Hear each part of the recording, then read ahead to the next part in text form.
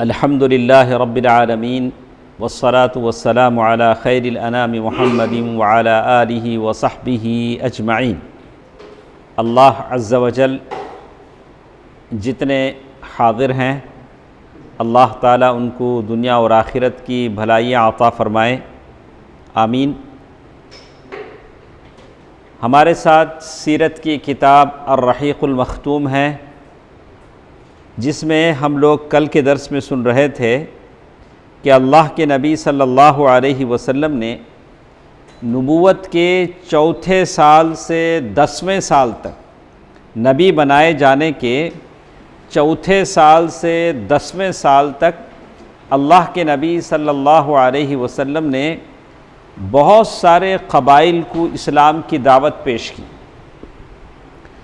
کس کس قبیلے نے کیسے کیسے رسپانس کیا، کیسے کیسے جواب دیا، اس کا ذکر کل کے درس میں ہم نے سنا۔ بنو کلب، اس کی ایک شاخ بنو عبداللہ، ان کے پاس اللہ کے نبی صلی اللہ علیہ وسلم گئے کہ تمہارے جد اعلیٰ کا نام اللہ نے بڑا اچھا رکھا، مسلمان ہو جاؤ، لیکن مسلمان نہیں ہوئے۔ اسی طرح بنو حنیفہ، جن کو اللہ کے نبی صلی اللہ علیہ وسلم نے اسلام کی دعوت دی، لیکن انہوں نے بہت ہی برے طریقے سے جواب دیا، اتنا برا جواب کسی اور قبیلے نے نہیں دیا۔ اسی طرح عامر بن صعصعہ، ان کو بھی اللہ کے نبی صلی اللہ علیہ وسلم نے دعوت دی کہ وہ مسلمان ہو جائیں۔ ان کا قصہ بڑا عجیب ہے۔ ان لوگوں نے کہا تھا کہ اے اللہ کے نبی، ہم آپ کا ساتھ دیں گے، آپ کی حفاظت میں ہمارے سینے حاضر ہیں، ہم لوگ آپ کی حفاظت کریں گے، لیکن شرط ہے کہ آپ کے بعد یہ سرداری کس کو ملے؟ ہم کو ملے۔ اللہ کے نبی صلی اللہ علیہ وسلم نے فرمایا کہ نہیں، ملکیت اللہ کی ہے، وہ جہاں چاہے جس کو چاہے بنائے گا۔ تو وہ لوگوں نے کہا کہ نہیں، ہم قربانیاں دیں اور آپ کے بعد کسی اور کو یہ سرداری ملے، ہم کو یہ منظور نہیں ہے۔ تو بنو عامر بن صعصعہ، یہ قبیلے والے اسلام نہیں لائے۔ اس کے بعد کیا ہوا، یہ جو قبیلہ تھا بنو عامر بن صعصعہ، یہ لوگ اپنے گاؤں واپس گئے، حج کے لیے آئے تھے کعبۃ اللہ کے نبی صلی اللہ علیہ وسلم نے دعویٰ کیا تھا، پیش کیا تھا، اور گاؤں میں ایک بوڑھا آدمی تھا جو اپنے بڑھاپے کی وجہ سے حج پر نہیں آ سکا۔ جا کر انہوں نے اس آدمی سے یہ واقعہ بیان کیا، ہم لوگ حج پر گئے، حج میں ایک آدمی ہمارے پاس آئے، انہوں نے ہمارے پاس ایسی باتیں کہیں، وہ بنو عبد المطلب کے خاندان کا آدمی ہے، اس نے کہا کہ میں اللہ کا رسول ہوں، اس نے ہمیں یہ باتیں بتائیں، ہم نے ان سے کہا کہ تمہارے بعد کیا ہے سرداری ہم کو ملے گی، تو اس نے نہیں کہا تو ہم نے نہیں مانا۔ یہ سارا واقعہ انہوں نے اپنے قبیلے کے ایک بوڑھے آدمی سے سنایا۔ تو بوڑھا آدمی یہ ساری باتیں سن کر اپنا سر کیا کر لیا، ہاتھوں میں پکڑ لیا، بولا اے بنو عامر، کیا اس کی تلافی اب ناممکن ہے؟ کیسا کام کر کے آئے آپ لوگ، کیسا آفر اچھا تھا، کیسی اسلام کی دعوت تھی جن کو چھوڑ کر تم آئے ہو، کیا اس آدمی کو دوبارہ ڈھونڈا جا سکتا ہے؟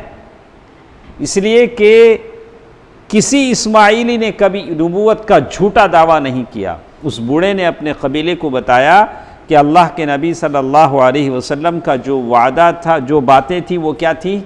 سچی تھی۔ اسی طرح اللہ کے نبی صلی اللہ علیہ وسلم قبائل کو جو دعوت دیے، قبائل کو دعوت دینا بولے تو کیسا معلوم، میں بولوں، اب ہم لوگ یہاں ہیں داشا مکان میں ایک مرتبہ دکنی جتنے ہیں سب کو ایک دعوت، نوایتی جتنے ہیں سب کو ایک دعوت، قریشی جتنے ہیں سب کو ایک دعوت۔ یہ کیا ہے؟ قبائلی دعوت، یعنی جو اپنے اپنے دائرے، پٹھان ہیں، خان ہیں، سید ہیں، سب کی ایک مجلس بٹھا کر ایسی دعوت بھی اللہ کے نبی صلی اللہ علیہ وسلم نے دی ہے، پیشے کے حساب سے، خاندان کے حساب سے۔ اس میں کیا ہوتا ہے، ایک طرح کا آپ پیشے کے حساب سے دعوت دیں گے تو سارے پیشے والے جمع ہو جائیں گے، پھر آپ کو سپورٹ ملے گا۔ اسی طرح نبی کریم صلی اللہ علیہ وسلم نے انفرادی دعوت بھی دی۔ انفرادی دعوت بولے تو انڈیویژل، انڈیویجول. کیسے؟ جو اہم آئیکونک پرسنز جو تھے ان کو اللہ کے نبی صلی اللہ علیہ وسلم نے دعوت دی. جیسے سوید بن صامت، ایک آدمی تھے سوید بن صامت، یہ شاعر تھے. یہ کیا تھے؟ شاعر تھے، اور بڑی گہری سوچ سمجھ کے قابل تھے، اور اچھی بات بولتے تھے، شرف و نسب کے لحاظ سے بڑی عزت والے تھے. لوگ ان کو کامل کہتے تھے. کامل بولے تو کمپلیٹ مین، یعنی بالکل اے ٹو زیڈ ایسا آدمی ان کو کہتے تھے کہ بالکل پرفیکٹ ہر اس میں ایسے تھے. لوگ ان کو کامل کہتے تھے. تو جب وہ حج کے لیے مکہ آئے، اللہ کے نبی صلی اللہ علیہ وسلم تلاشتے تھے کون آدمی ہے، چہرے سے دیکھتے تھے، ان کو ذرا دعوت بولے تو اچھا رہے گا، اسلام ان کے سامنے پیش کرے تو اچھا رہے گا. اللہ کے نبی صلی اللہ علیہ وسلم ڈھونڈ کے جا کے بلاتے تھے. تو ان کے سامنے جب جا کر اللہ کے نبی، کیا نام ہے ان کا؟ سوید بن صامت. جب جا کر اللہ کے نبی صلی اللہ علیہ وسلم نے پیش کیا تو انہوں نے سنا، تو سن کر کہا کہ غالباً پرہیپس آپ کے پاس وہی کچھ ہے جو میرے پاس ہے. کیا کہا انہوں نے؟ آپ کی باتیں ویسی ہی لگتی ہیں جیسے میرے پاس ہے. تو رسول اللہ صلی اللہ علیہ وسلم نے فرمایا کہ تمہارے پاس کیا ہے؟ سوید بن صامت سے اللہ کے نبی صلی اللہ علیہ وسلم نے فرمایا کہ تمہارے پاس کیا ہے؟ کہا کہ حکمت لقمان ہے. حکمت، وزڈم، یعنی عقل مندی کی باتیں لقمان کی. لقمان نبی تو نہیں تھے لیکن بڑے ناصح، بڑے عقل مند آدمی تھے، جس کا ذکر وَإِذْ قَالَ لُقْمَانُ لِابْنِهِ اللہ تعالیٰ نے قرآن میں پورا ذکر کیا ہے. تو وہی چند باتیں ان کو بھی تھیں. آپ صلی اللہ علیہ وسلم نے فرمایا کہ مجھے بتاؤ تمہارے پاس کیا ہے. تو انہوں نے پیش کیا. آپ صلی اللہ علیہ وسلم نے فرمایا کہ یہ کلام بڑا اچھا ہے. یہاں دعوے کا ایک اسلوب سمجھ میں آتا ہے.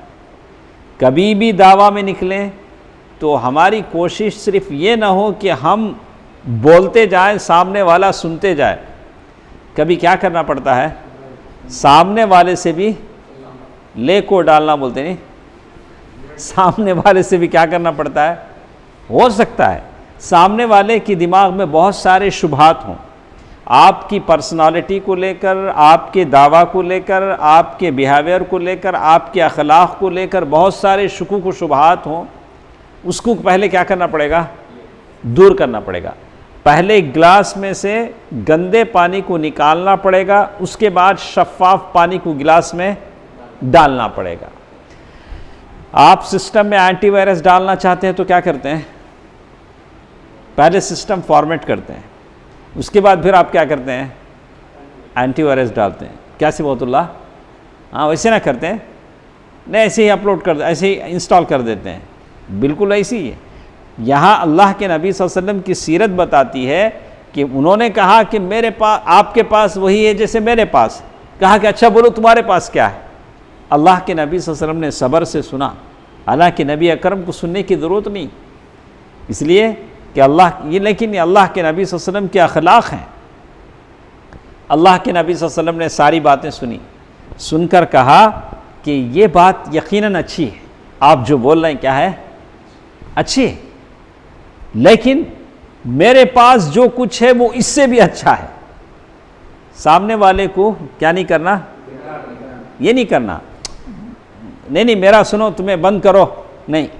اللہ کے نبی صلی اللہ علیہ وسلم نے ساری باتیں سنی، سن کر کہا کہ یقیناً تمہاری بات اچھی ہے، لیکن میرے پاس جو ہے وہ تمہاری اس بات سے زیادہ اچھی ہے. اس کے بعد رسول اللہ صلی اللہ علیہ وسلم نے قرآن پڑھ کر سنایا. قرآن سے پڑھ کر کیا بات ہو سکتی تھی؟ اور اسلام کی دعوت دی. انہوں نے اسلام قبول کر لیا اور بولے یہ تو بہت ہی اچھا کلام ہے، یہ قرآن بہت ہی اچھا ہے. اس کے بعد ایسا ہوا کہ وہ مدینہ پلٹ کر آئے اور انہی دنوں ایک جنگ ہوئی، جنگ بعاث، بڑی خطرناک جنگ تھی. وہ جنگ میں اسی میں وہ قتل کر دیے گئے. سوید بن صامت کا اسی جنگ میں انتقال ہوا. اسی طرح ایک اور آدمی تھے جن کو اللہ کے نبی صلی اللہ علیہ وسلم نے اسلام پیش کیا، وہ تھے ایاس بن معاذ. یہ بھی اثر مدینے کے آدمی تھے، مکہ آئے تھے حج میں. حج میں جو بھی لوگ آتے تھے ان کو اللہ کے نبی صلی اللہ علیہ وسلم دعویٰ پیش کرتے تھے. تو اللہ کے نبی صلی اللہ علیہ وسلم ان کے پاس گئے اور جا کر کہا کہ میں اللہ کا رسول ہوں، اللہ نے مجھے اپنے بندوں کے پاس اس بات کی دعوت دینے کے لیے بھیجا ہے کہ وہ اللہ کی عبادت کریں اور اس کے ساتھ کسی کو شریک نہ کریں۔ اللہ کے نبی صلی اللہ علیہ وسلم کی دعوت تھی۔ اللہ نے مجھ پر کتاب کا کتاب اتارا ہے، قرآن مجید مجھ پر نازل ہوا ہے، قرآن کی آیتیں پڑھ کر سنایا، اسلام کی دعوت دی۔ لیکن ساتھ والے جو لوگ تھے انہوں نے کہا کہ بھائی اس کے لیے ہم نہیں آئے ہیں۔ ایک آدمی نے کہا کہ یہ باتیں اچھی ہیں، تو ساتھ والے آدمی نے کہا کہ ہم لوگ حج عمرہ کرنے کے لیے آئے ہیں، ہم یہ ساری باتیں لینے کے لیے نہیں آئے ہیں۔ لیکن وہ سارے وہاں سے کیا ہو گئے؟ واپس ہو گئے۔ لیکن جس آدمی نے کہا کہ یہ باتیں اچھی ہیں، ان کے بارے میں آتا ہے کہ جب ان کی موت کا وقت آیا تو وہ ان کی زبان پر کلمہ تھا، وہ کیا کر رہے تھے؟ کلمہ پڑھ رہے تھے۔ یہ دیکھیے، مدینہ پلٹنے کے تھوڑی ہی دن بعد ایاس بن معاذ ان کا انتقال ہو گیا، اور اپنی وفات کے وقت لا الہ الا اللہ، اللہ اکبر، سبحان اللہ، الحمدللہ وہ پڑھتے رہے۔ اسی طرح ایک اور صحابی ہیں جن کو اللہ کے نبی صلی اللہ علیہ وسلم نے اسلام کی دعوت دی، وہ ہیں ابو ذر غفاری۔ کون ہیں؟ مشہور صحابی ہیں، آپ لوگ جانتے ہیں۔ ابو ذر غفاری رضی اللہ تعالی عنہ یہ یثرب کے اطراف میں سکونت پذیر تھے، یثرب مدینے کے۔ وہ اپنا واقعہ خود بیان کرتے ہیں، کہتے ہیں کہ میں قبیلے غفار کا آدمی تھا۔ ابو ذر غفاری کا قبیلہ کون سا تھا؟ رضی اللہ عنہ، غفار۔ تو ان کو ایک بات معلوم ہوئی کہ مکے میں ایک آدمی آیا ہے جو اپنے آپ کو کیا کہتا ہے؟ نبی کہتا ہے۔ تو انہوں نے اپنے بھائی سے کہا کہ تم ابھی اسی وقت مکہ جاؤ، حالانکہ بہت بڑا فاصلہ ہے، مدینے تک آنا پھر مدینے سے مکہ آنا۔ مکہ جاؤ اور اس آدمی کے تعلق سے معلومات حاصل کرو کہ وہ آدمی کون ہے، اس کے بعد میرے پاس اس کی خبر لاؤ۔ وہ بڑا بھائی گیا اور ملاقات کی اور واپس آیا۔ تو ابو ذر غفاری نے پوچھا کہ کیا خبر لائے ہو؟ تو بڑے بھائی نے کہا کہ میں نے ایک آدمی کو دیکھا جو اچھی باتوں کو حکم دیتا ہے، بری باتوں سے روکتا ہے۔ تو ابو ذر غفاری رضی اللہ تعالیٰ عنہ نے کہا کہ تمہاری اس انکوائری سے میرا دل کیا نہیں ہوا؟ مطمئن نہیں ہوا۔ تم نے پوری تشفی بخش جواب میرا تم نے نہیں دیا۔ تو ابو ذر غفاری رضی اللہ تعالیٰ عنہ نے خود اپنا توشہ تیار کیا، ہاتھ میں ڈنڈا اٹھایا، مکے کی طرف آئے اور مکہ پہنچے، اور مکے میں کسی کو پہچانتے نہیں تھے، اور یہ بھی گوارا نہیں تھا کہ کسی سے پوچھیں کہ وہ آدمی کون ہے جو اپنے آپ کو نبی کہتا ہے۔ اب کھانے پینے کے لیے کچھ تھا نہیں، جو توشہ لائے تھے وہ توشہ بھی ختم ہوا۔ زمزم کا پانی پیتے تھے جو زمزم وہاں تھا، اور زمزم کا پانی کیا ہے؟ پانی اور کھانا دو بھی ہے۔ زمزم کے پانی میں اللہ نے کیا چیز پیدا کی ہے؟ کئی علماء سلف کے کہتے ہیں کہ کئی دن، میں نے مطلب 15 دن، مہینوں ہم صرف کیا پیتے رہے؟ زمزم، صرف زمزم، اس لیے کہ زمزم کھانا بھی ہے، پینا بھی ہے۔ ابو ذر غفاری رضی اللہ تعالیٰ عنہ وہی پیتے، زمزم پیتے، مسجد حرام میں پڑے رہتے۔ ایک دن حضرت علی رضی اللہ تعالیٰ عنہ کا وہاں سے گزر ہوا، کہنے لگے کہ اجنبی معلوم ہوتے ہو؟ کہتے کہ کہیں سے آئے ہو؟ میں نے کہا کہ جی ہاں۔ تو علی رضی اللہ تعالیٰ عنہ اپنے گھر لے گئے، اور کہتے ہیں ابو ذر غفاری میں ان کے ساتھ چل پڑا، نہ وہ مجھ سے کچھ پوچھتے تھے نہ میں ان سے کچھ پوچھتا تھا، اور نہ ہی ان کو کچھ بتا ہی رہا تھا۔ علی رضی اللہ تعالیٰ عنہ کے بارے میں معلوم نہیں تھا کہ یہ کون ہے۔ اگر پوچھیں گے محمد صلی اللہ علیہ وسلم کون ہے جو نبوت کا دعویٰ کرتا ہے، تو پتہ نہیں کیا سے کیا ہو جائے۔ بالکل بھید کے ساتھ کانفیڈنٹل بات چل رہی تھی، معلوم نہیں تھا۔ تو صبح ہوئی تو میں اس ارادے سے حرم گیا، بیت اللہ گیا کہ وہاں پہنچ کر معلوم کر لوں گا، دریافت کر لوں گا، لیکن کوئی نہ تھا جو مجھے آپ صلی اللہ علیہ وسلم کے متعلق بتاتا۔ آخر پھر حضرت علی رضی اللہ تعالیٰ عنہ گزرے، دیکھا کہ پھر میں ویسے ہی پڑا ہوا ہوں، پھر اپنے گھر لے گئے. اسے کیا کہتے ہیں؟ اخلاص. یہ نہیں پوچھا کہ آپ کہاں سے آئے ہیں.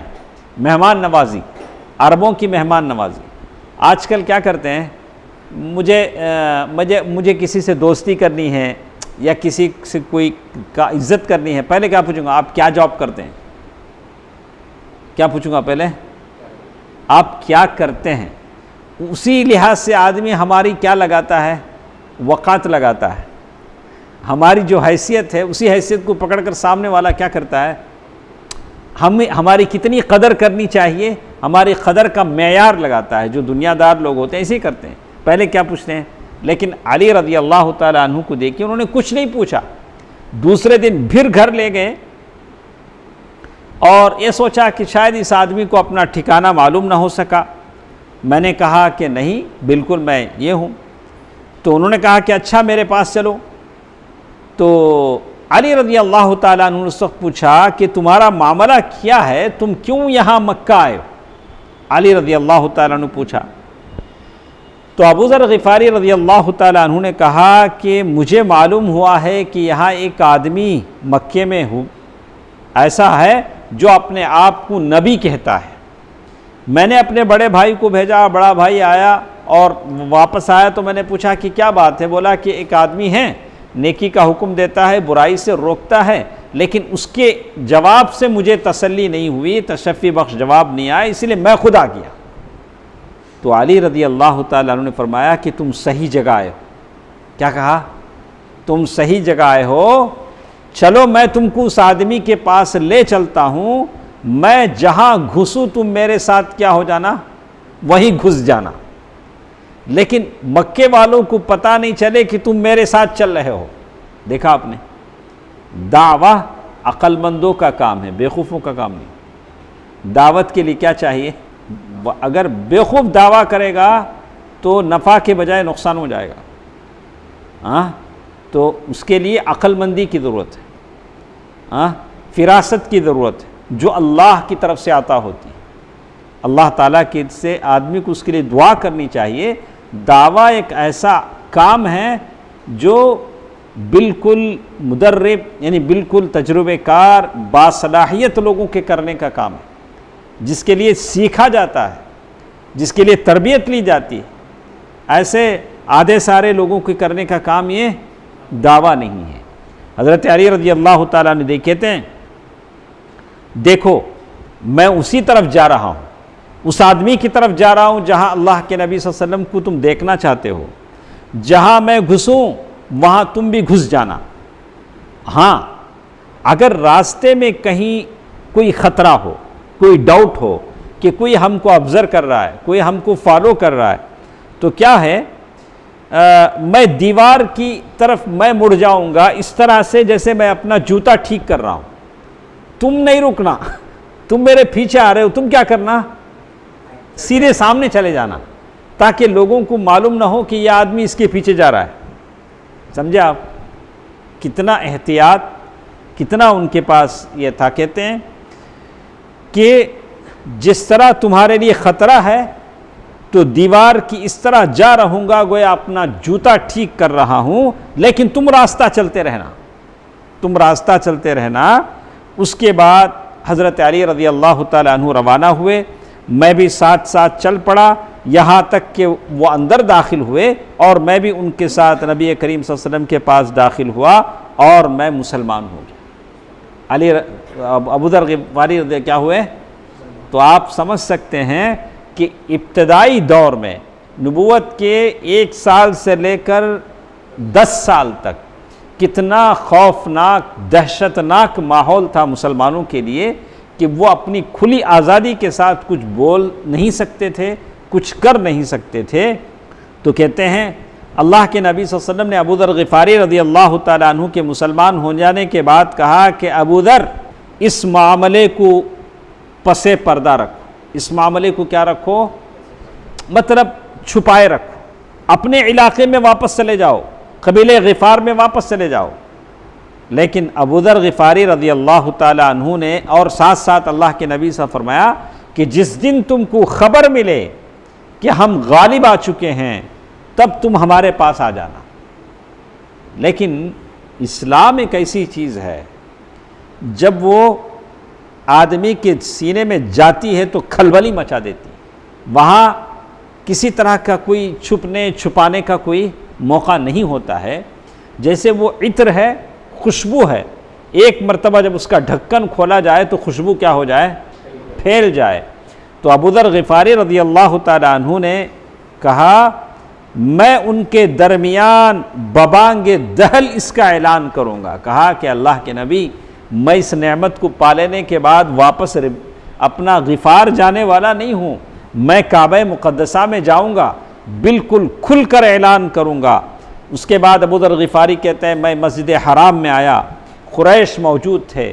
میں نے شاید اس سے پہلے بھی کہا ہے، بہت سارے ایسے بھی ہوتے ہیں، کبھی معلوم ہوا کہ فلاں جگہ ایک آفیسر ہے جو مسلمان ہیں، چلو ہم نے اس کے بیچ پہ پڑھ لیا نام کہ بھئی یہ مسلمان ہے۔ ہم بولے بڑی خوشی ہوئی آپ سے مل کر، آپ کو کیسے معلوم میں مسلمان بول کے؟ کیا بولے گا؟ آپ کو کون بتایا میں مسلمان بول کے؟ تو اسلام ہمارا فخر ہے، اسلام ہمارے لیے فخر کا باعث ہے۔ آدمی سر اٹھا کر کہے کہ میں مسلمان ہوں، اس لیے کہ الاسلام یعلو ولا یعلی علیہ، اسلام ہمیشہ غلبہ حاصل کرتا ہے، اسلام پر کوئی غالب نہیں آ سکتا۔ آدمی مسلمان ہونے پر اپنے آپ میں فخر محسوس کرے، اس لیے کہ وہ اللہ کی دین اور ایسی شریعت کی اتباع کر رہا ہے، ایسا اللہ اس دین کا بنانے والا ہے جو ساری کائنات کا مالک ہے۔ تو ابو ذر غفاری رضی اللہ تعالی عنہ مکے کے صحن میں جاتے ہیں، کہتے ہیں قریش کے لوگوں، سارے لوگ سنتے ہیں، ارے یہ قبیلہ غفار کا آدمی کہاں سے آیا، کیا کہہ رہا ہے؟ کہا اشہد ان لا الہ الا اللہ واشہد ان محمدا عبدہ ورسولہ، کہا کہ میں گواہی دیتا ہوں اللہ کے سوا کوئی سچا معبود نہیں، میں شہادت دیتا ہوں کہ محمد اللہ کے بندے اور رسول ہیں۔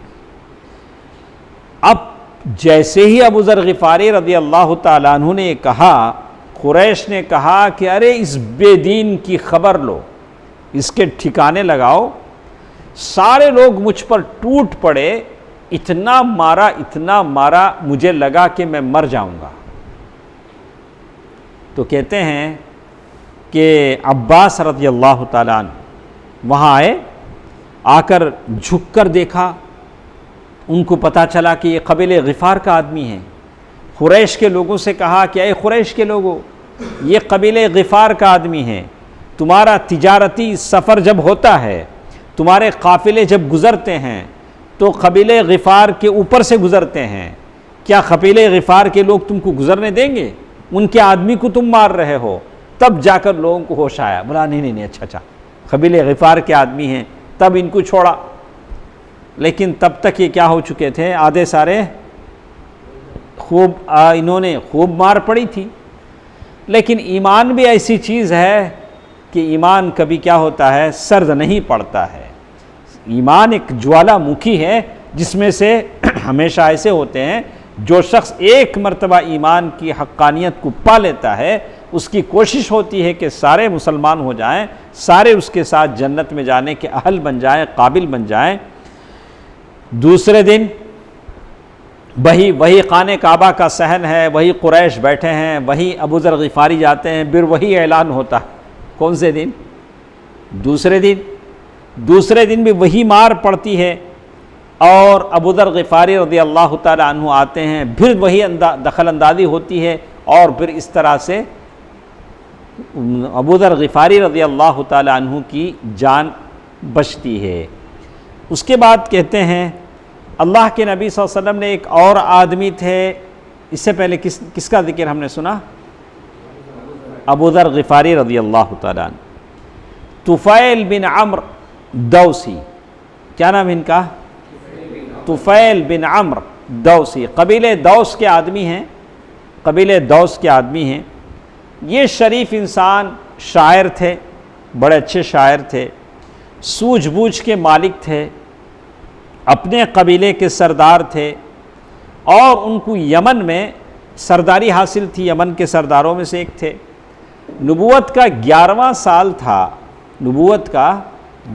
سال تھا کہ وہ مکے کے لیے آئے کہ عمرہ کریں، حج کریں۔ مکے والوں نے بڑا زور سے ان کا استقبال کیا۔ طفیل بن عمرو الدوسی کے پاس گئے، کہا کہ طفیل آپ ہمارے شہر آئے ہیں، یہ ہمارے درمیان میں ایک آدمی ہے محمد نام کا، اس نے ہماری جمعیت کو بکھیر دیا ہے، باپ کو بیٹے سے، بیٹے کو باپ سے لڑوا دیا ہے، سارا خاندان کا شیرازہ منتشر کر دیا ہے، ہمیں ڈر لگتا ہے کہ جو مصیبت ہم پر پڑی ہے وہ مصیبت کہیں تم پر نہ پڑ جائے، کیا کرو اس آدمی سے بات مت کرو۔ کیا کہا انہوں نے؟ طفیل بن عمرو الدوسی سے کہا کہ محمد صلی اللہ علیہ وسلم سے گفتگو نہ کرو، ان سے کوئی چیز نہ سنو۔ تو طفیل بن عمرو الدوسی کہتے ہیں کہ لوگ مجھے برابر سمجھاتے رہے اور میں نے ارادہ کر لیا کہ اب محمد سے کچھ نہیں سنوں گا، تو میں جب حرم میں گیا تو میں نے کان میں روئی ٹھونس لی۔ کیا کر لیا؟ روئی رکھ لی کہ کوئی بات مجھے سنائی نہیں دے۔ لیکن اللہ کا کرنا ہوا کہ کان میں روئی کے رکھنے کے باوجود اللہ کے نبی صلی اللہ علیہ وسلم کی تلاوت میرے کان میں آ پڑی۔ ایسا ہوتا ہے، اللہ تعالیٰ جب سنانا چاہے کان کی روئی اسے روک نہیں سکتی۔ تو مجھے بہت اچھی بات یہ سنائی دی، تو میں نے جی میں کہا، اپنے دل میں کہا کہ ارے میں خود اتنا بڑا شاعر ہوں، سوجھ بوجھ رکھنے والا ہوں، کیا فرق پڑتا ہے، محمد صلی اللہ علیہ وسلم سے سن لیتے ہیں، بات اچھی ہے، سمجھ میں آتی ہے تو مان لیں گے، نہیں آتی ہے تو چھوڑ دیں گے۔ تو اللہ کے نبی صلی اللہ علیہ وسلم جب کعبۃ اللہ کے صحن سے نکل کر گھر کے لیے روانہ ہوئے تو میں بھی پیچھے ہو لیا، آپ کے اندر میں بھی داخل ہو گیا، آپ جہاں گئے تھے میں بھی چلا گیا، اور میں نے ساری باتیں بتائیں کہ میں یمن سے آیا ہوں، وہاں کا سردار ہوں، اور قریش کے لوگوں نے میرا پرتپاک استقبال کیا اور میری بہت ہی عزت و تکریم کی، آپ کے بارے میں ایسی باتیں سمجھائیں کہ آپ کی باتیں نہ سنوں ورنہ میں معاملے میں مشکل پڑ جاؤں گا۔ اور پھر میں نے کان میں روئی رکھ لی، لیکن اللہ کا کرنا ایسا ہوا کہ کان میں روئی رکھنے کے باوجود آپ کی تلاوت میرے کان میں پڑ گئی۔ یہ بات میں نے اللہ کے نبی صلی اللہ علیہ وسلم سے کہا، تو اللہ کے نبی صلی اللہ علیہ وسلم نے سے میں نے پھر کہا کہ آپ اپنی بات پیش کیجیے، آپ اپنا دین مجھے بتائیے۔ تو اللہ کے نبی صلی اللہ علیہ وسلم نے سارا دین پیش کیا۔ تو طفیل بن عمرو الدوسی نے کہا خدا کی گواہ، اللہ کی قسم، اللہ گواہ ہے، میں نے اس سے عمدہ کلام کبھی نہیں سنا، اس سے زیادہ انصاف کی بات میں نے کبھی نہیں سنی۔ میں نے اسی وقت وہاں اسلام کیا کر لیا؟ قبول کر لیا۔ تو میں نے اللہ کے نبی صلی اللہ علیہ وسلم سے کہا کہ اللہ کے رسول صلی اللہ علیہ وسلم، میں واپس اپنی قوم کے پاس جاتا ہوں، میری بات مان لیتی ہے تو میں ان کے پاس پلٹ کر جاؤں گا اور انہیں اسلام کی دعوت دوں گا، لیکن آپ ایسا کریں مجھے کوئی نشانی دے دے۔ طفیل بن عمرو الدوسی نے کیا کہا؟ مجھے آپ کیا کریں؟ کوئی نشانی دے دیں، نشانی، سائن، کوئی نشانی دے دیں، کوئی علامت دے دیں تاکہ میں بتا سکوں۔ تو اللہ کے نبی صلی اللہ علیہ وسلم کہتے ہیں کہ اللہ تعالیٰ سے اللہ کے نبی صلی اللہ علیہ وسلم نے دعا فرمایا۔ اللہ کے نبی صلی اللہ علیہ وسلم دے نہیں پاتے تھے، اللہ کے نبی کے ہاتھ میں کچھ نہیں تھا، اللہ سے دعا کرتے تھے، دینے والا تو اللہ ہے۔ اللہ کے نبی نے جب اللہ تعالیٰ سے دعا فرمائی تو طفیل بن عمرو الدوسی جب اپنے قبیلے کے قریب پہنچے تو ان کے چہرے پر ان کے چہرے پر چراغ جیسی روشنی پیدا ہوگی، کانتی جسے بولتے ہیں، کیا بولتے ہیں، ایک طرح کی کرنیں ان کے چہرے پر کیا ہو گئی؟ برائٹنس، کوئی روشنی طفیل بن عمرو الدوسی کے چہرے پر پیدا ہو گئی۔ تو واقعی عجیب نشانی تھی، قدرت کی نشانی تھی جو اللہ تعالیٰ نے دی۔ اب انہوں نے کہا یا اللہ یہ چہرے کے بجائے کہیں اور ہو تو اچھا ہے، اس لیے کہ لوگ سمجھیں گے کہ میرا چہرہ بگاڑ دیا گیا ہے، مثلا کر دیا گیا ہے۔ پہلے زمانے میں ایسا ہوتا تھا، اور وہ لوگ کہیں گے تم نے ہمارے معبودوں کے خلاف بولا اس لیے اللہ نے تمہارا چہرہ بگاڑ دیا، ایسا بھی ہو سکتا ہے۔ انہوں نے اللہ تعالیٰ سے دعا کی یہ روشنی ان کے چہرے سے پلٹ کر ان کی ڈنڈے میں آ گئی. اب ڈنڈا کیا ہوا؟ چمکنے لگا، ڈنڈا چمکنے لگا. اب انہوں نے اپنی والد، سب سے پہلے کسے دعویٰ کیا؟ اپنے ابا کو دعویٰ کیا، اپنی بیوی کو اسلام کی دعوت دی اور وہ دونوں مسلمان ہو گئے. لیکن قوم نے اسلام قبول کرنے میں تھوڑا دیر کیا. طفیل بن عمرو دوسی اسلام کی دعوت دیتے رہے، بلاتے رہے، ان کو اسلام کی طرف بلاتے رہے.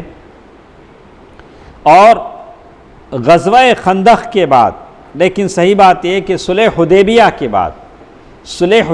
کے بعد اللہ کے نبی صلی اللہ علیہ وسلم جب صلح حدیبیہ سے جب فارغ ہوئے تو طفیل بن عمرو دوسی اپنے قوم کے 70 یا 80 خاندان کے ساتھ دوبارہ اللہ کے نبی کے پاس آئے. کتنے لوگ مسلمان ہوئے ہیں؟ 70 یا 80 فیملیز مسلمان ہوئے ہیں، اللہ کے نبی صلی اللہ علیہ وسلم کے پاس آ کر ملے ہیں. طفیل بن عمرو دوسی یمامہ کی جنگ میں شہید ہوئے. یمامہ کی جنگ میں یہ شہید ہوئے ہیں.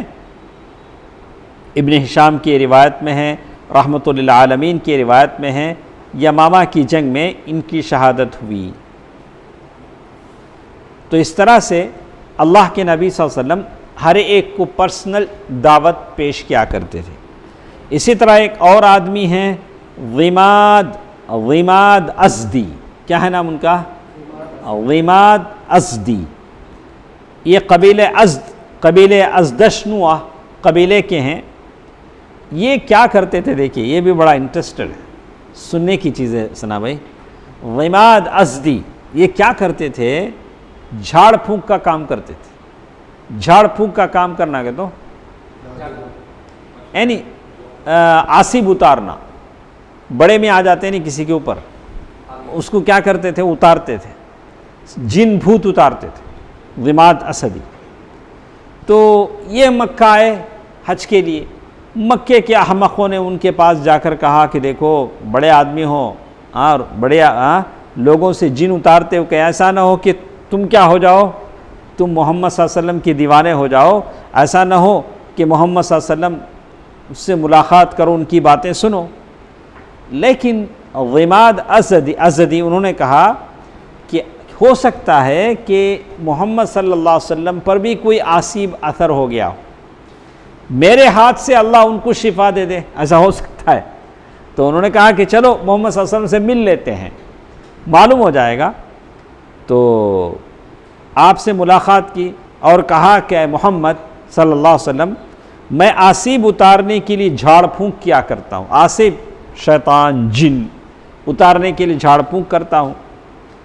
کیا آپ کو بھی اس کی ضرورت ہے؟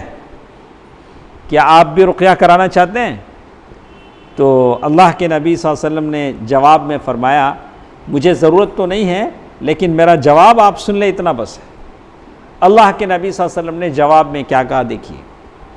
یہ ایسے کلمات ہیں جو ہم لوگ ہر جمعہ میں سنتے ہیں. ہماری عمر اگر 22 سال 23 سال 25 سال ہے تو ہوش سنبھالے بعد 7-8 سال سے تو ہم سنتے ہیں، لیکن اکثر لوگوں کو اس کا ترجمہ نہیں معلوم. شیخ بولتے، خطیب بولتے، کیا کی بولتے، وہ ٹائم ہمیں سن لینا ہوتا ہے. کیا بولتے اس کا مطلب ہم کو نہیں معلوم. اللہ کے نبی صلی اللہ علیہ وسلم نے ضماد ازدی سے کیا کہا؟ ان الحمد للہ. یہی نہ سنتے ہم جمعے میں، ان الحمد للہ نحمده ونستعینه من يهده الله فلا مضل له ومن يضلله فلا هادي له واشهد ان لا اله الا الله وحده لا شريك له واشهد ان محمدا عبده ورسوله. اما بعد، یقیناً ساری تعریف اللہ کے لیے. ان الحمد للہ، ساری تعریف کس کے لیے ہے؟ اللہ کے لیے. ہم اسی کی تعریف کرتے ہیں. نحمدہ ونستعین، اسی سے ہم مدد چاہتے ہیں. جسے اللہ تعالی ہدایت دے اسے کوئی گمراہ نہیں کر سکتا، جسے اللہ تعالی بھٹکا دے اسے کوئی ہدایت نہیں دے سکتا. اور میں گواہی دیتا ہوں کہ اللہ کے سوا کوئی معبود نہیں، وہ تنہا ہے، اس کا کوئی شریک نہیں، اور میں شہادت دیتا ہوں کہ محمد اس کے بندے اور رسول ہیں۔ اما بعد، اللہ کے نبی صلی اللہ علیہ وسلم نے ضماد الازدی جو جن شیطان بھوت چھڑاتے تھے ان کو یہ باتیں پڑھ کر سنائیں۔ ضماد کا دل نہیں بھرا، ضماد نے کہا کہ اپنے یہ کلمات پھر سنا دیجئے، ونس مور، کیا کہا انہوں نے؟ اور ایک بار کیا کرو؟ مجھے سناؤ، ریپیٹ کرو۔ دیکھیے ماشاءاللہ ایسے کچھ ہوتا ہے، آپ نے 3 بار دہرایا، ایک بار انہوں نے مانگا، اللہ کے نبی صلی اللہ علیہ وسلم نے کتنے بار دہرایا؟ 3 بار دہرایا۔ اس کے بعد ضماد الازدی نے کہا میں کاہنوں، جادوگروں اور شاعروں کی بات سن چکا ہوں۔ کاہن فارچون ٹیلر، ہاں، میں کاہن کی بات سن چکا ہوں، جادوگر جو جادوگر ہوتے ہیں اور شاعر ان کی بات سن چکا ہوں، لیکن آپ کے ان جیسے کلمات کہیں نہیں سنے۔ کون سے کلمات؟ جو ہم عمر بھر سنتے آتے۔ کبھی ہم کو توفیق ہوئی کہ ہم جانیں کہ امام صاحب کیا بولتے جمعے میں کھڑے ہو کے؟ نہیں، کیا بیٹا؟ کبھی سننے کے، جاننے کے، بھئی آپ کا ٹائم اتنا 2-3 منٹ تو لگ جاتے ہیں خطبے میں، خطبہ حاجہ جو پڑھا جاتا ہے، آپ کو کبھی جستجو ہونی چاہیے، توفیق ہونی چاہیے کہ آپ جان پائیں کہ خطبہ حاجہ کا ترجمہ کیا ہے، کیا امام صاحب پڑھتے ہیں، خطیب کیا کہتے ہیں۔ یہ تو سمندر کی بالکل گہرائیوں کو پہنچے ہوئے الفاظ ہیں۔ لائیے اپنا ہاتھ بڑھائیے، میں اسلام پر بیعت کرتا ہوں۔ اس کے بعد انہوں نے بیعت کر لی۔ وہ تھے ضمام الازدی، قبیلہ ازدشنوا کے سردار تھے۔ اس کے بعد ہمارے پاس ہے بات مدینے کے 6 سعادت مند روحوں کی۔ مدینے کے 6 ایسے آدمی تھے، 11ویں سن نبوت میں، نبوت کے 11ویں سال، حج کے زمانے میں یہ لوگ آئے۔ حج کے زمانے میں حج کرنے کے لیے مدینے سے مکہ آئے، اور وہ لوگ وہاں مکہ جب پہنچے تو اللہ کے نبی صلی اللہ علیہ وسلم دن کے وقت میں جاتے نہیں تھے۔ حاجی لوگ آتے تھے باہر سے، ان کو سمجھانے کے لیے اللہ کے نبی صلی اللہ علیہ وسلم دن کے وقت جاتے نہیں تھے۔ دن کے وقت اگر جاتے تو کوئی ابو جہل آپ کے پیچھے لگ جاتا، یا ابو جہل کا ہرکارہ یا کوئی اس کا اسسٹنٹ آ جاتا۔ تو اللہ کے نبی صلی اللہ علیہ وسلم رات کے وقت نکلتے تھے، اپنے ساتھ ابو بکر یا علی رضی اللہ عنہما دونوں میں سے کسی ایک کو لیتے، رات کو نکلتے، بنو ذہل، بنو شیبان بن ثعلبہ، ان کے جو ڈیرے ہوتے حاجیوں کے، ان ڈیروں کے پاس جاتے، اسلام کے بارے میں ان کو بات کرتے تھے۔ اسی طرح اللہ کے نبی صلی اللہ علیہ وسلم بہت سارے قبیلوں کے پاس گئے، تو کہاں تک؟ مینا سے، اب مکے سے نکل کر مینا تک، مینا کے ہر قبیلے میں جاتے۔ کیا تڑپ رہیں گی! ہاں، اللہ تعالیٰ وہ تڑپ ہر امت کے ہر آدمی کو، مجھے اور آپ کو عطا فرمائے۔ تو اللہ کے نبی صلی اللہ علیہ وسلم، آمین، اللہ کے نبی صلی اللہ علیہ وسلم مینا تک پہنچے ہیں، رات کا وقت ہے۔ مینا میں کسی ڈیرے سے نوجوانوں کی باتیں کرنے کی آواز آتی ہے۔ اللہ کے نبی نے محسوس کیا، ان کی آوازیں بتا رہی تھی کہ یہاں میری دعوت اثر کر جائے گی۔ ڈیرے ہیں، ڈیرے کے اندر چند نوجوان ہیں، آواز سنی، سیدھے ادھر رخ کیا، وہاں پہنچے، دیکھا تو وہ مدینے سے آئے 6 نوجوان ہیں۔ کون ہیں؟ 6 نوجوان ہیں جو بیٹھے باتیں کر رہے ہیں، اور سب کا تعلق قبیلہ خزرج سے ہے۔ کس سے ہے؟ قبیلہ خزرج سے ہے۔ آپ کو معلوم ہونا چاہیے اوس اور خزرج یہ دونوں مدینے کے 2 قبیلے تھے، اور ان کے علاوہ مدینے میں یہودی تھے، بنو قریظہ، بنو نذیر، وہ یہودی رہتے تھے۔ تو ہمیشہ اوس اور خزرج اور یہودیوں کا آپس میں کیا ہوتا تھا؟ آپس میں ان کی لڑائیاں جھگڑے ہوتے تھے، لیکن یہودیوں کی یہ کوشش تھی کہ اوس اور خزرج کو لڑاتے رہیں آپس میں۔ اس سے یہ ہوتا تھا کہ ان کی بھی آمدنی ہو جاتی تھی یہودیوں کی، ان سے یہ لوگ قرضے لیتے تھے، سود لیتے تھے، سود کا اس زمانے سے پیسہ چلتا تھا۔ تو کہتے ہیں وہاں جو 6 نوجوان تھے جو قبیلہ خزرج سے جن کا تعلق تھا، ایک تھے اسعد بن زرارہ، بہت مشہور نام ہے، آپ لوگ بار بار سنے ہیں، اسعد بن زرارہ رضی اللہ تعالیٰ عنہ جو قبیلے بنی نجار کے تھے، عوف بن حارث بن رفاعہ ابن عفراء، رافع بن مالک بن عجلان، خطبہ بن عامر بن حدیدہ، عقبہ بن عامر، حارث بن عبداللہ بن ریاب، یہ 6 نوجوان تھے جو اندر بیٹھے باتیں کر رہے تھے۔ تو وہ 6 نوجوان جو قبیلہ خزرج کے تھے وہ ہمیشہ سنتے تھے، یہودی بولتے تھے کہ ایک نبی آئے گا، اس نبی کے ساتھ مل کر ہم تمہارے ساتھ لڑیں گے، تم کو شکست دیں گے۔ تو اللہ کے نبی صلی اللہ علیہ وسلم ان کے پاس پہنچ کر دریافت کیا کہ آپ کون لوگ ہیں، آپ کون لوگ ہیں؟ انہوں نے کہا کہ ہم قبیلہ خزرج سے تعلق رکھتے ہیں۔ آپ نے فرمایا کہ آپ لوگ یہود کے حلیف ہیں، یعنی مدینے میں جو یہودی ہیں ان کے ساتھ تمہارا ایگریمنٹ ہوتا تھا۔ حلیف کے معنی یہ ایک دوسرے کا ساتھ دیں گے، ایک دوسرے کے دشمنوں کی مدد نہیں کریں گے، ایسے۔ تو اللہ کے نبی صلی اللہ علیہ وسلم فرمایا کہ آپ لوگ باتیں کر رہے ہیں، کیا ہی اچھا ہوگا کہ میری باتیں بھی سنیں۔ دیکھیں حسنا بھائی کیا اسلوب رہا ہوگا کہ ایسا نہیں کہ میں نے آپ کو ڈسٹرب کیا، آپ کی باتیں الگ ہیں، پتہ نہیں وہ لوگ ہماری باتیں سنیں گے کہ نہیں سنیں گے، نہیں کہا کہ آپ لوگ اچھے لوگ لگتے ہیں، آپ کی باتیں اچھی ہیں، میری باتیں بھی سنیے۔ تو وہ لوگ بیٹھ گئے، آپ صلی اللہ علیہ وسلم نے ان کے سامنے اسلام کو پیش کیا، اللہ عز و جل کی طرف دعوت دی، قرآن مجید کی تلاوت فرمائی۔ اسی لیے میری خواہش ہمیشہ رہتی ہے کہ ہر داعی کو کم از کم 10 پارے یاد ہونا چاہیے۔ پورا قرآن اگر یاد ہو تو اللہ کا بڑا احسان۔ یہ کیسی گاڑیاں ہیں جس میں پیٹرول نہ ہو اور ہم کہیں کہ گاڑی چلے؟ چل سکتی تھی؟ چل نہیں سکتی۔ اللہ کے نبی کی کون سی محفل ایسی ہے دعوت کی جس میں اللہ کے نبی قرآن پڑھ کر نہیں سنا رہے ہیں؟ سامنے والے کو کیا پڑھ کے سنا رہے ہیں؟ تو اسلام کا داعی پورے قرآن کا حافظ۔ ہمارے اللہ کے نبی صلی اللہ علیہ وسلم 2 مرتبہ آخری سال 2 مرتبہ قرآن کا دورہ کیا، اور ہمارے بڑے بڑے علماء، بڑے ابھی ہمارے دوست ہیں منصور عمری صاحب، مدنی بھی ہیں، ابھی لاک ڈاؤن میں حفظ کیے ہیں 2 سال، ابھی 2 دن پہلے شیخ عبدالحسیب نے ان کے بارے میں لکھا ہے۔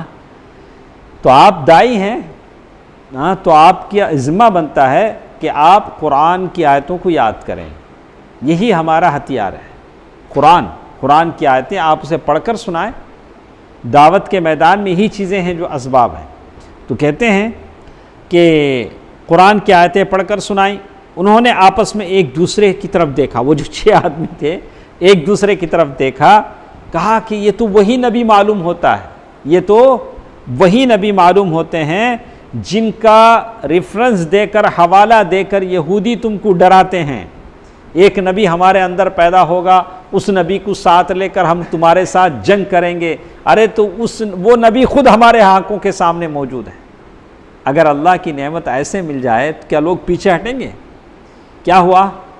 6 کے 6 کیا ہو گئے؟ مسلمان ہو گئے۔ کیا خوشی اللہ کے نبی کو ہوگی اس دن۔ کہتے ہیں تو ان لوگوں نے کہا کہ دیکھو ایسا نہ ہو کہ یہودی تم پر سبقت نہ لے جائیں، یہودی ان کے اوپر سبقت نہ۔ اس کے بعد فوراً آپ کی دعوت قبول کر لی اور 6 کے 6 کیا ہو گئے؟ مسلمان ہو گئے۔ ماشاءاللہ اللہ کے نبی صلی اللہ علیہ وسلم کی یہ تگدو تھی، کوشش تھی۔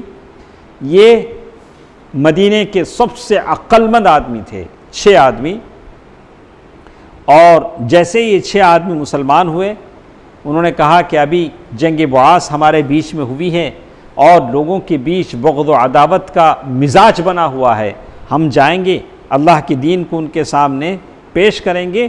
اس کے بعد یہ لوگ مدینہ واپس گئے اور اسلام کا پیغام بھی ساتھ لے گئے، اور ان 6 آدمیوں کے ذریعے سے مدینے کے گھر گھر میں چرچا ہو گیا کہ مکے میں ایک رسول آئے ہیں۔ ماشاءاللہ وہ کون تھے؟ وہ 6 آدمی جس کا ذکر ہے۔ اسی کے ساتھ ساتھ ایک اور چیز ہمارے ساتھ ہے، ام المؤمنین عائشہ رضی اللہ تعالی عنہا سے اللہ کے نبی صلی اللہ علیہ وسلم کا نکاح تو آپ لوگ پڑھ چکے ہیں کہ ام المؤمنین خدیجہ رضی اللہ تعالی عنہا کا انتقال ہوا، اور چند دنوں کے بعد ابو طالب کا انتقال ہوا، اس کو عام الحزن کہا گیا۔ اس کے بعد اللہ کے نبی صلی اللہ علیہ وسلم نے کس سے شادی کی؟ سودہ بنت زمعہ. ان کے شوہر کا نام کیا تھا؟ نہیں دیکھنے کا نہیں، دیکھنے، سکران بن عمرو، سکران، ان کے شوہر کا نام کیا تھا؟ سکران. بہرکیف اس کے بعد اللہ کے نبی صلی اللہ علیہ وسلم نے نبوت کے 11ویں سال اللہ کے نبی صلی اللہ علیہ وسلم نے ام المؤمنین عائشہ رضی اللہ تعالی عنہا سے شادی کی. اس وقت ان کی عمر 6 برس تھی. کتنے برس تھی؟ جب ہم سیرت پڑھتے ہیں تو اب ایک الگ موضوع ہے، اس کے لیے زیادہ وقت آپ کو دینا پڑے گا کہ جو اعتراضات اس پر آئے اس اعتراضات کا آپ جواب کیسے دیں گے. اگر جب آپ دعوتی میدان میں جاتے ہیں، کسی کا یہ سوال ہوتا ہے کہ کیا یہ مستبعد ہے، یعنی کیا یہ ممکن ہے کہ 6 برس کی لڑکی سے کسی کی شادی ہو، تو کیسے ہم اس کا جواب دے سکیں، یہ الگ یہ ہے، انشاءاللہ ہم آپ کو بتائیں گے. تو کہتے ہیں اس وقت ان کی عمر 6 برس تھی. پھر ہجرت کے پہلے سال اللہ کے نبی صلی اللہ علیہ وسلم، صرف نکاح ہوا، رخصتی نہیں ہوئی، صرف نکاح ہوا، 6 برس کی عمر میں رخصتی نہیں ہوئی. ایسا ہو سکتا ہے نکاح ہو جائے، رخصتی نہ ہو، بچی باپ کے گھر میں ہو اور آپ کوئی الگ ہو، ایسا ہو سکتا ہے کہ پھر ہجرت کے پہلے سال اللہ کے نبی صلی اللہ علیہ وسلم مکے سے مدینہ چلے گئے. شوال کے مہینے میں مدینے میں پھر رخصتی ہوئی. اس وقت ان کی عمر 9 برس کی تھی. کتنے سال کے بعد؟ 9 برس کی تھی، اور یہی اس کی روایت ہے. تو یہاں تک ہم اس بات کو بس کرتے ہیں. تو اگر آپ کا انشاءاللہ اس سلسلے میں اور کچھ باتیں، ام المؤمنین عائشہ رضی اللہ تعالی عنہ سے شادی کی جو بات ہے، انشاءاللہ کل کی مجلس میں تھوڑا ہم اس کے بارے میں مزید یہ لے کے کیسے آپ جوابات علماء نے دیے ہیں اس کے جوابات لے کر ہم اسراء والمعراج، ہمارے پاس کل کے دن کی گفتگو ہے. اللہ تبارک و تعالیٰ نے اللہ کے نبی صلی اللہ علیہ وسلم کی جو حالت اللہ کے نبی صلی اللہ علیہ وسلم کی ہوئی تھی، طائف کا سفر ہوا تھا اور زخموں سے چور چور تھے، تو اللہ کے نبی صلی اللہ علیہ وسلم کو اللہ نے آسمان کی سیر کرائی اور حرم کعبہ ام ہانی کے گھر سے آپ براق پر سوار ہوئے، بیت المقدس پہنچے، یہ اسراء ہے، اور وہاں سے آسمانوں کا سفر کیا، یہ معراج ہے. انشاءاللہ کل کے درس میں ہم الاسراء والمعراج، یہ ساری بات انشاءاللہ کل کے درس میں ہم سنیں گے. اللہ تعالی بہتر بات سننے اور عمل کرنے کی توفیق دے. آمین. والسلام علیکم ورحمۃ اللہ وبرکاتہ.